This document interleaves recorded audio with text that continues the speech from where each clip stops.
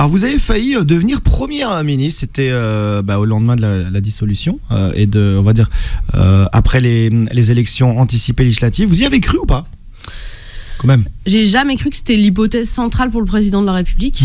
La suite m'a pas détrompée.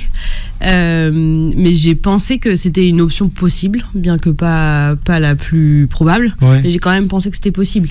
Notamment parce que je savais que beaucoup de gens dans l'entourage du président de la République lui disaient en fait, il faut que tu la nommes première ministre et que tu lèves l'hypothèque. D'accord, oui. Donc il y avait des conseillers, enfin du moins des gens qui murmurent à son oreille, comme on dit, qui poussaient pour ça. Oui, et en fait, je pense que ça aurait été une option intelligente pour lui, dans la mesure où ça lui aurait permis de démontrer, si c'est ce qu'il pensait, que la gauche n'était pas en mesure de gouverner parce que faisait pas assez de compromis.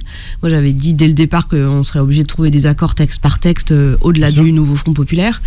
Je pense qu'en réalité, ce qui lui a fait peur, c'est la période avant la reprise des travaux parlementaires, où là, nous, on aurait pu travailler sur la base de textes réglementaires, c'est-à-dire hors texte et notamment de loi. sur la retraite, notamment sur la retraite, mais aussi sur les questions salariales et sur les questions de points d'indice pour les fonctionnaires. Il reste très libéral quand même, il a ça dans le sang. Et donc je pense que ce qui lui faisait peur, ce qu'il voulait surtout pas, c'était qu'on remette en question la politique économique qu'il avait menée.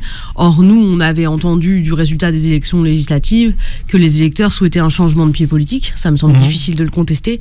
Et donc on aurait mis en œuvre ce qu'on pensait être le mieux pour la France, pour les Françaises et les Français. Et donc c'est vrai qu'on aurait pris des textes réglementaires.